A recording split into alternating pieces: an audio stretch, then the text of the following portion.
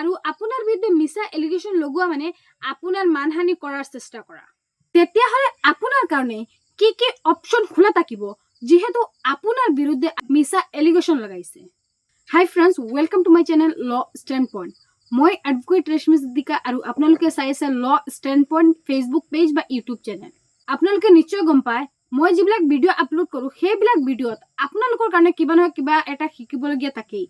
আৰু আজি যেটো ভিডিঅ' আপোনালোকে চাই আছে এই ভিডিঅ'টোত আপোনালোকৰ কাৰণে কিবা নহয় কিবা এটা শিকিবলগীয়া থাকিবই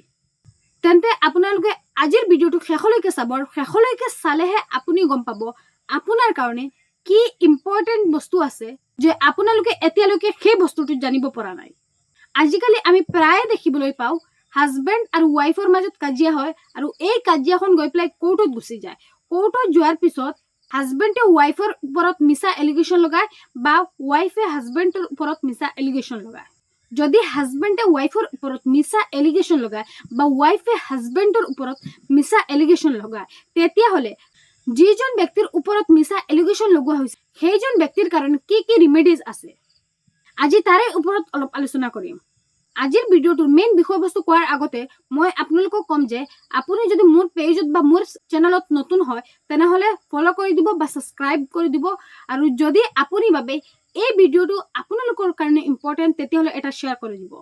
আমি আজিকালি প্ৰায় দেখিবলৈ পাওঁ হাজবেণ্ড আৰু ৱাইফৰ মাজত মনোমালিন্য হয় আৰু এই মনোমালিন্যৰ পৰা কাজিয়াখন বহুত ডাঙৰ হৈ যায় আৰু পতি বা পত্নী কোৰ্টৰ দুৱাৰ পায়গৈ যিটো আমি বাস্তৱত দেখা পাইছো পতি পত্নীয়ে কোৰ্টৰ দুৱাৰ পোৱাৰ পিছত পত্নীয়ে পতিৰ ওপৰত মিছা এলিগেশ্যন লগায় আৰু পতিয়ে পত্নীৰ ওপৰত মিছা এলিগেশ্যন লগায় পতি বা পত্নীয়ে যিজনেই নহওক কেছটো কৰি আছে কিন্তু সেইটো নাভাবে যে তাৰে ভৱিষ্যতৰ পৰিণতি কি হ'ব বুলি ফ্ৰেণ্ডছ আপুনি যদি এজন পতি হওক বা পত্নী হওক যদি আপোনাৰ ওপৰত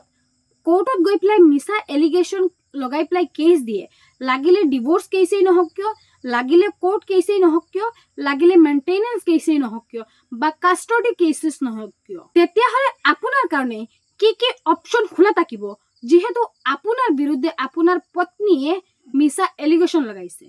ফ্ৰেণ্ডছ যদি আপোনাৰ ওপৰত আপোনাৰ পত্নীয়ে মিছা এলিগেশ্যন লগায় তেতিয়াহ'লে আপোনাৰ কাৰণে কি কি অপচন খোলা থাকিব তেন্তে মই আপোনালোকক কম আপোনাৰ কাৰণে টোটাল 4টা অপচন খোলা থাকিব আৰু সেই কেইটাৰ জৰিয়তে আপুনিও আপোনাৰ পত্নীৰ বিৰুদ্ধে কেছ ফাইল কৰিব পাৰিব ফ্ৰেণ্ডছ আপুনি জানেনে যেহেতু আপোনাৰ পত্নী আপোনাৰ বিৰুদ্ধে মিছা এলিগেশ্যন লগাইছে তেতিয়াহ'লে আপুনি আইপিসি অনুসৰি আপুনি আপোনাৰ পত্নীৰ বিৰুদ্ধে আইনগত ব্যৱস্থা ল'ব পাৰিব নাম্বাৰ 1 হৈছে সেকশন 120B অফ আইপিসি যেটো হৈছে ক্ৰিমিনেল কনস্পিৰেসি যদি আপোনাৰ পত্নী আপোনাৰ বিৰুদ্ধে কিবা ষড়যন্ত্ৰ কৰি থাকে তেতিয়াহ'লে আপুনি সেকশন 120B ৰ ভিত্তিত আপুনি কেছ ফাইল কৰিব পাৰিব আৰু নাম্বাৰ 2 হৈছে সেকশন 191 অফ আইপিসি আৰু সেকশন 191 অফ আইপিসি উল্লেখ আছে ফলছ এভিডেন্সৰ কথা যদি আপোনাৰ পত্নীয়ে আপোনাৰ বিৰুদ্ধে ফলছ এভিডেন্স অনাবল কোৰ্টৰ ওচৰত প্ৰডিউস কৰে তেতিয়াহ'লে আপুনি সেকশন 191 ৰ ভিত্তিত আপুনি আপোনাৰ পত্নীৰ বিৰুদ্ধে আইনগত ব্যৱস্থা ল'ব পাৰিব আৰু নাম্বাৰ 3 হৈছে সেকশন 500 অফ আইপিসি यानी कि ইন্ডিয়ান পেনেল কোড আৰু সেকশন 500 ত উল্লেখ আছে ডিফামেশন যেহেতু আপোনাৰ পত্নী আপোনাৰ বিৰুদ্ধে মিছা এলিগেশ্যন লগাইছে আৰু আপোনাৰ বিৰুদ্ধে মিছা এলিগেশ্যন লগোৱা মানে আপোনাৰ মানহানি কৰাৰ চেষ্টা কৰা গতিকে আপুনি আপোনাৰ পত্নীৰ বিৰুদ্ধে সেকশন 500 অফ আইপিসিৰ ভিত্তিত কেছ ফাইল কৰিব পাৰিব নাম্বাৰ 4 লাষ্ট অপশনটো আছিল section 506 of IPC section 506 of আইপিসিত উল্লেখ আছে ক্রিমিনাল ইন্টিমিডেশন ফ্ৰেণ্ডছ যেহেতু আপোনাৰ পত্নী আপোনাৰ বিৰুদ্ধে মিছা এলিগেশ্যন লগাইছে কোৰ্টত গৈ পেলাই গতিকে আপুনি আপোনাৰ পত্নীৰ বিৰুদ্ধে এই 4টা অপশন বা এই 4 ধৰণৰ কেছ আপোনাৰ পত্নীৰ বিৰুদ্ধে আপুনি ফাইল কৰিব পাৰিব কিন্তু মেইন কথাটো হৈছে আপুনি অনাবল কোৰ্টৰ ওচৰত সাফিচিয়েন্ট এভিডেন্স প্ৰডিউস কৰিব লাগিব তেতিয়াহ'লে আপুনি আপোনাৰ ৱাইফক মিছা এলিগেশ্যন লগোৱাৰ কাৰণে মিছা প্ৰমাণ কৰিব পাৰিব ফ্ৰেণ্ডছ মই এই গুটেইখিনি টু দি পইণ্ট ক'ব বিচাৰিছো যদি আপোনাৰ পত্নীয়ে আপোনাৰ ওপৰত মিছা এলিগেশ্যন লগায় তেতিয়াহ'লে আপুনি 4 ধৰণৰ কেছ ফাইল কৰিব পাৰে নাম্বাৰ 1 হৈছে সেকশন 120B অফ আইপিসি ইয়া ইন্ডিয়ান পেনেল কোড যিটো হৈছে ক্ৰিমিনেল কনস্পিৰেচি। নম্বৰ 2 হৈছে সেকশন 191 অফ IPC, যিটো হৈছে ফলছ এভিডেন্স। এণ্ড নম্বৰ 3 হৈছে সেকশন 500 অফ IPC, যিটো হৈছে ডিফামেশ্যন। আৰু নম্বৰ 4 হৈছে সেকশন 506 অফ IPC, यानी कि ইণ্ডিয়ান পেনেল কোড, যিটো হৈছে ক্ৰিমিনেল ইন্টিমিডেশ্যন।